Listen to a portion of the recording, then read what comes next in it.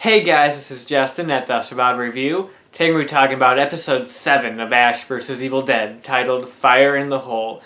This episode continues off of the high streak from the last one and just delivers a gory, entertaining, wild, just all-around fun episode, and I had a blast with this one. Not as good as the last episode, but still very strong, and a lot better than some of the filler episodes we had earlier on in the season.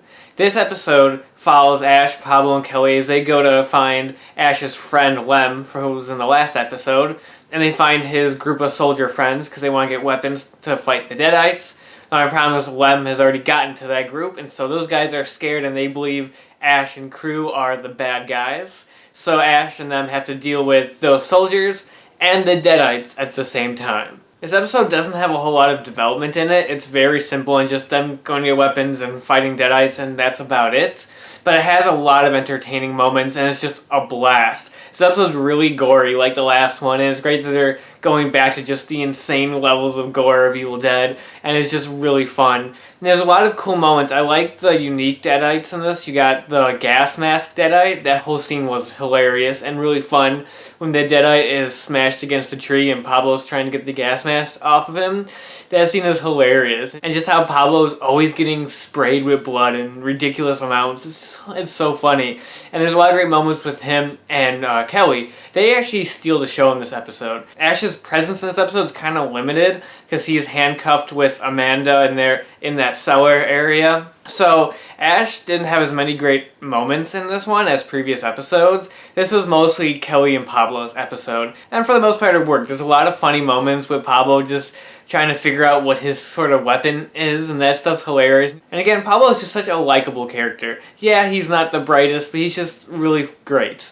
I've always liked his character since the beginning of the show, and he just continues to grow and become a really fun character. And even though Ruby seemingly died in the last episode, she came back in this one, of course. We all saw that coming. But her scene of her getting out of the ashes was awesome and badass. And just, I can't wait till she finally confronts Ash. And that scene was really cool, and I'm excited to see more of her as the show progresses. Too bad, though, that's the only scene we got, which is her rising out of the ashes and getting in her car and realizing that the hand is gone. And that's about it. Hopefully we'll get more of her in the remaining episodes because I want to see more of that. I feel like the one problem with the show is that we don't get enough of her character.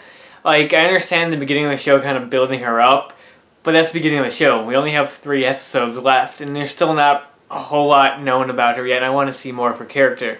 And another little problem is the romance, kind of, between Ash and Amanda just happens way too fast. It's always just like one scene, and all of a sudden, like, she's into him. And I understand this is cheesy and has to be silly, and I like the idea of Ash getting the girl because, like, he has to.